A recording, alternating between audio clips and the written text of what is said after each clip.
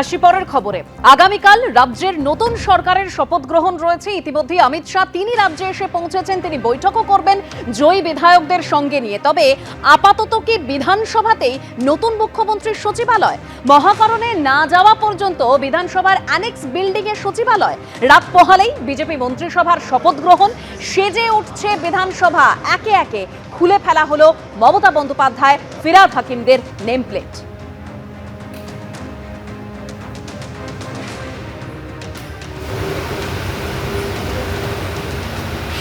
ফিরহাদ হাকিমের নেমপ্লেট সরিয়ে দেওয়া হচ্ছে বিধানসভায়। একেবারে সেই ছবি আপনারা দেখতে পাচ্ছেন।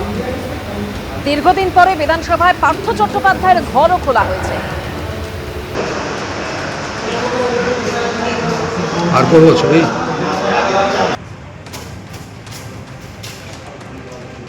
রাজভবনের নতুন সরকারের শপথ গ্রহণ অনুষ্ঠান, তার আগে সেজে উঠছে বিধানসভা। আমরা আছি বিধানসভার অলিন্দে, যেখান থেকে দেখা যাচ্ছে প্ল্যাটিনাম জুবিলি মেমোরিয়াল বিল্ডিং বা অ্যানেক্স হল। সম্ভবত এখানে মুখ্যমন্ত্রী সচিবালয় কাজ শুরু করবেন। যিনি মুখ্যমন্ত্রী হবেন তিনি এখান থেকেই রাজ্য পরিচালনা করবেন।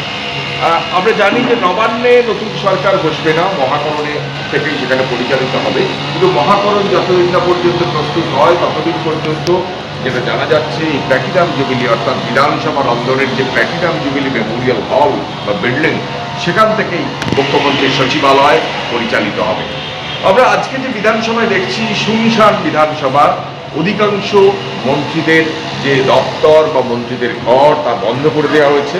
কিন্তু আজকে বিধানসভার যারা স্টাফ আছেন বা কর্মীরা আছেন, তারা পার্থ চট্টোপাধ্যায়ের যে ঘর ছিল, অর্থাৎ অতীতে পার্থ চট্টোপাধ্যায়ের যে ঘরে বসতেন সেই ঘরের তালা তারা ভাঙেন এবং পাশাপাশি অন্যান্য জায়গায় পরিচর্যা শুরু হয়েছে। আমরা যে তিনতলায় আছি বিধানসভায়, সেখানে একটার পর একটা মন্ত্রীর ঘর এখানে আমরা দেখা যাচ্ছে এবং সেই ঘর পরিচর্যা হচ্ছে। বাইরে লাইট বসছে, কাজ চলছে। আমরা দেখতে পাচ্ছি বাগানে প্রচুর কর্মী তারা কাজ করছে।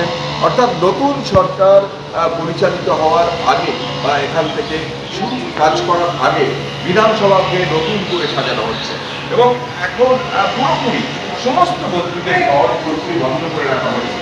এখানে আমরা যে ছবিটা আমরা দেখতে পাচ্ছি, একটার পর একটা মন্ত্রী এখানে বসে, যারা প্রত্যেকে বিধায়ক হিসেবে গেছেন। এখানে Jyotsna Mandi, minister incharge department of food and supply. এখানে বীরবা দপ্তরের বা তার ঘরের ছবি দেখতে পাচ্ছি। আকরামুজ্জামান, বীর মন্ডল, শশী পান্ডা, এদিকে প্রদীপ মজুমদার। আমরা একাধিক মন্ত্রী যারা এখানে বসতেন সেই সমস্ত ঘর কার্যত বন্ধ করে রাখা হয়েছে এবং পার্থ চট্টোপাধ্যায়ের যে ঘর, যেখানে প্রাক্তন মুখ্যমন্ত্রী মমতা বন্দ্যোপাধ্যায় বসতেন, ঠিক তার পাশের ঘরটা দীর্ঘদিন ধরে সেই ঘর বন্ধ ছিল। পার্থ চট্টোপাধ্যায় জেল যাত্রার পর বন্ধ ছিল, কিন্তু তারপরেও সেই ঘর আজকে খোলার ব্যবস্থা করা হচ্ছে এবং পারিপার্শ্বিকভাবে সমস্ত বিধানসভাকে সাজিয়ে ফেলা হচ্ছে। অর্থাৎ নতুন সরকার দায়িত্ব নেওয়ার পর মুখ্যমন্ত্রী সচিবালয় যেহেতু এখান থেকে পরিচালিত হওয়ার একটা সম্ভাবনা তৈরি হয়েছে এবং পাশাপাশি মন্ত্রী যারা তারা নিজের ঘরে বসবেন, তার জন্য সেজে উঠছে রাজ্য বিধানসভা।